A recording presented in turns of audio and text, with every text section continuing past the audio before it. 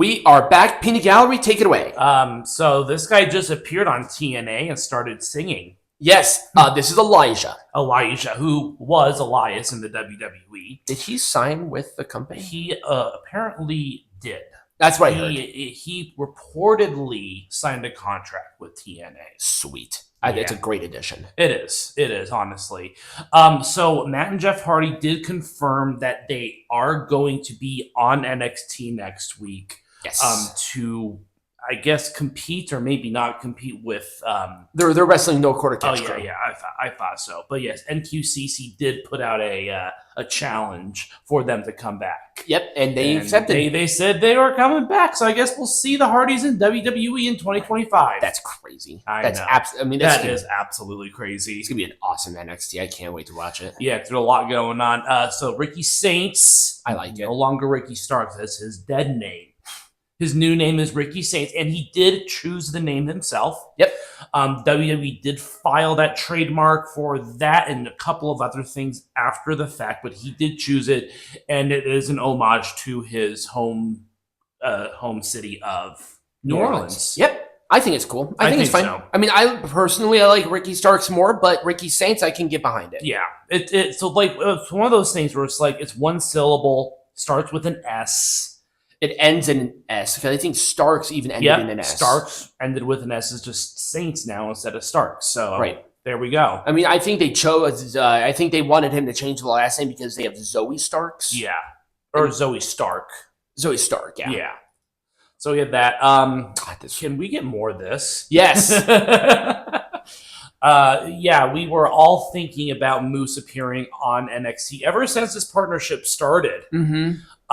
And we finally have Moose. I think it's great that we're actually seeing, I think there really has been a balance that was set with the partnership now because Obafemi is going to be wrestling on NXT. You have Cora Jade there who is TNA. TNA. What did I say? You said NXT. Oh, yeah. Obafemi going to TNA to compete there. I think there's going to be more of a balance. There is, I think, and it's going to be good for both brands. We obviously have seen the very positive reactions to all of it. We got to get Tessa Blanchard over in NXT and literally piss everybody off. Break the internet. Literally set it on fire. That'd be awesome. We did talk a little bit about this, but Buddy Matthews' whole ring troubles, I guess, if you want to call it that.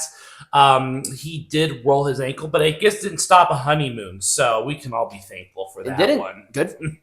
Good for him. Yeah. I'm not sure who was on top there. I'm pretty sure it was it was Rhea Ripley. Oh, yeah, that absolutely was on top. So this man has ghosted Tony Khan. No. Tony Khan ghosted Shane. I thought Shane ghosted Tony. That's what I got from the altercations. I think it was Shane wanted equity in AEW without putting any money in.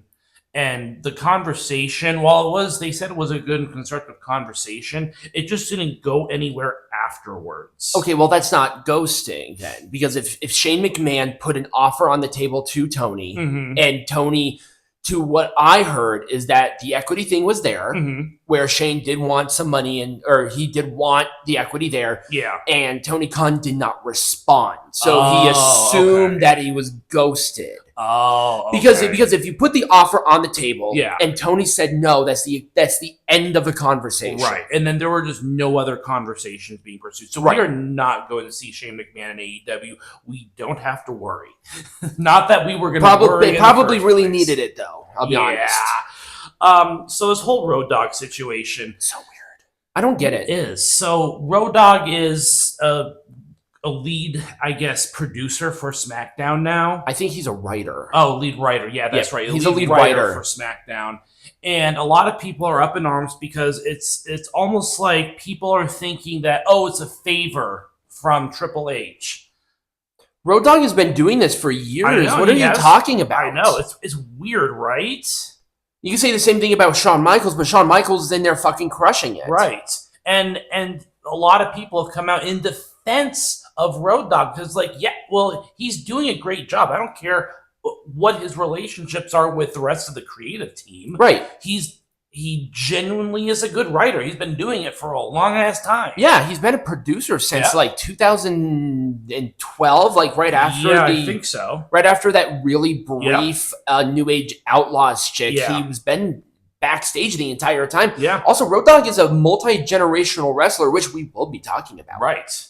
So weird. Yeah, that's so weird. It's weird, and AJ Styles talked about it too, and it's like it's just kind of weird how people are just like so against this. Did AJ defend him being there? Okay, that's fine. Yeah, absolutely. So 2K25 did release a roster. It is absolutely massive, and the only thing that I wanted to know is that Rosie is going to be a playable character. She is. It's going to be awesome. I think is cool. Yep. Well, there's a lot of them. The Head Shrinkers are going to be on there.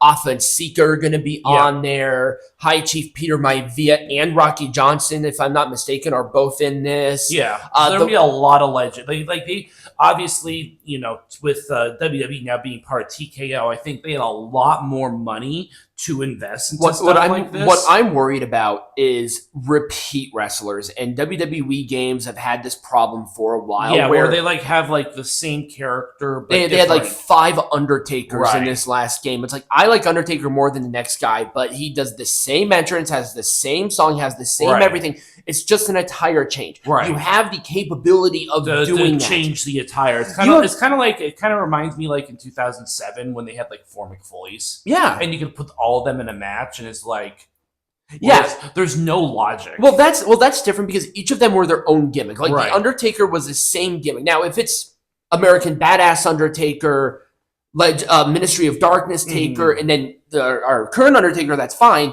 But they literally had different costumes per person in these, but then they separate out Undertakers because one of them has short hair and the one of them has long hair. Right. You have the capability of having multiple things in there. Yep. You've done it before. So let's not do that. Let's have maybe 2 Triple H's. Yeah. One of them is more throwback and the other one is current, maybe some different gear there. But other than that, there's no reason for it. No, there isn't.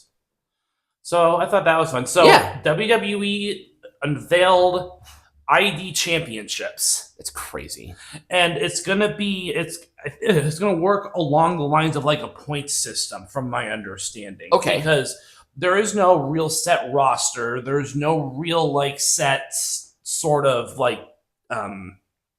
what do you call it? Internal structure like NXT is. Well, ID is literally the indie people, right? Right, it is. So it's based off of a point system, and then once you get over a certain threshold, then you're eligible to participate in title matches. Huh. And these matches are going to be across different independent promotions along with their kind of Evolve sort of setup. So it's going to be kind of a mix of the two. So this is where we're going to see these titles is in the Evolve brand. Yes. Okay. That's cool. Yeah. So Goldberg. Go away. Sorry. So, according to him on his podcast, he did go to Colombia to undergo some, I don't want to call them stem cell treatments, but it's kind of like what Rey Mysterio and those other people had, where he was getting a program together to be able to last longer. He is planning on having his retirement match this year, though. Okay. That's pretty much been confirmed at this rate. Now, where? I don't know. Right. It's obviously going to be in WWE since that's where he has his... It's like a contract almost. He has a contracted retirement match in the WWE sometime this year. We don't know where that's going to happen. I'm thinking it's probably going to be a WrestleMania match. Gotcha. Okay. So Sonya Deville went on YouTube, and she was kind of shocked about her release. She was one of the most outspoken people about, I did not see this coming, because she was actually negotiating a contract with WWE to extend the contract, but then a week later she was released. And so it's okay, well, that's odd. Right. I thought it was one of the more odd releases, but she's been in the company for a long time. Yeah, she was there for 8.5 years, and she always was very grateful for her time. And she's like, I will never badmouth this company ever. They gave me a lot. I'm ready and excited for the next chapter. And I even said, it's this is how an adult really responds to this. Other than baby being surprised, which is acceptable. It's okay, I can start prepping because she wasn't necessarily released. They just decided not to renew the contract. They did the same thing with PCO, just more professionally instead of, well, we're not going to, because really what the PCO situation was weird. Maybe we'll go into it later, but not now. Right. So Jesse Ventura's podcast, well, it is now a podcast, but The Body Shop is back. Cool. And it is in coordination. I think it's like a WWE sort of coordinated project that he's doing. And his first guest was Karrion Kross. Cool. Yeah. I thought that was cool. So Carmella, her contract just expired. Yes. Like, she is no longer under WWE contract. She was not released, but she just let the contract expire. Right. I don't know if she let the contract expire or if WWE opted not to renew that contract. I don't want to. I think it has to do with the fact that we don't know a time frame of when she is going to return if she's able to wrestle. Right, because she had a lot of problems during her pregnancy. To what I had gathered. Yeah. Also, when you have a child, you have a responsibility shift. Yeah. And if she decided not to renew or WWE decided not to, it's like, when you're ready, you're always welcome here. Obviously, Corey Graves still works with the company. Right. I wish her nothing but the best. Obviously, if we don't see her again, she is a second-generation wrestler, and she was not bad. She was never like my favorite in the world. She never stood out. No, she was just there. Right. She had that Money in the Bank cash in, and she had the stuff with James Ellsworth, which was pretty good. I like that stuff. But other than that, yeah, she was just kind of like a body, right? She was there, right? So The Rock did a lot of complicated things on Friday. He announced the city that the next WrestleMania is going to be in. That the next WrestleMania is going to be in, which is in New Orleans, because they were in New Orleans. Talked about Cody's soul for some reason, like going after his soul, and then afterwards in the post conference said that not all storylines need to end with a match. And I'm like, wait. So The Rock said some stuff, and he is well within his power to say whatever the fuck he wants, because he is a board member of TKO Group, so he pretty much gets like free reign to say and do whatever he wants. But just what? Right. With this, I mean, I listened to the whole promo. He was like, he ovulated between babyface and heel, which was super jarring, but what essentially he wants Cody to be the Rock's champion.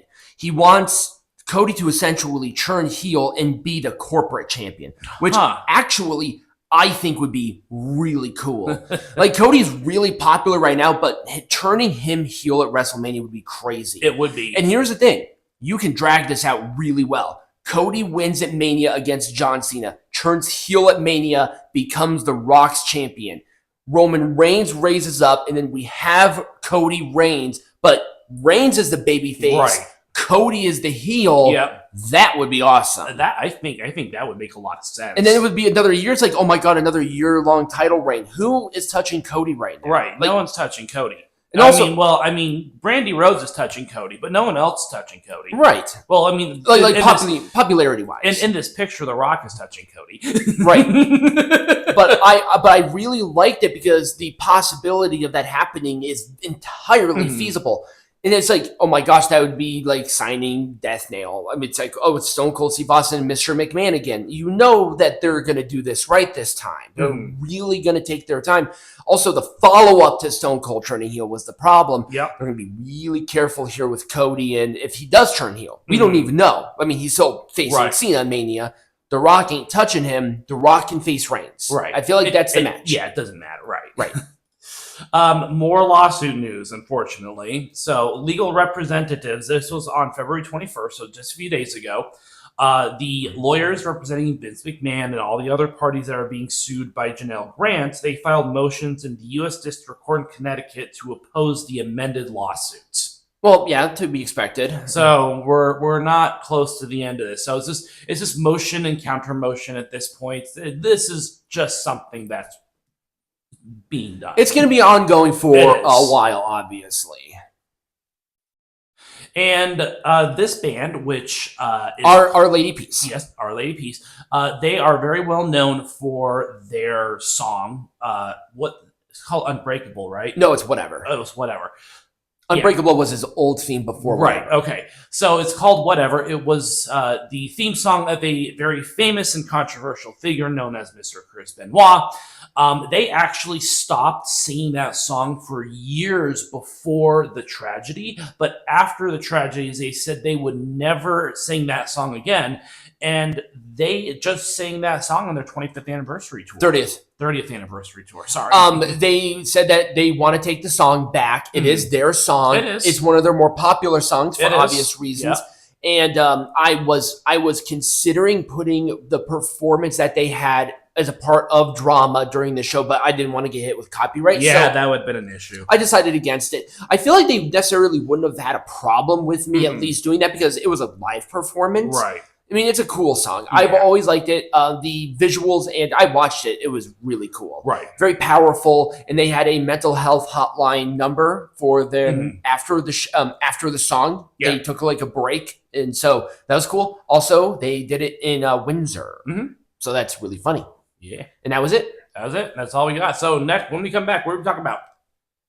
We're talking about wrestling families and maybe like their little spider webs that maybe not a lot of people know.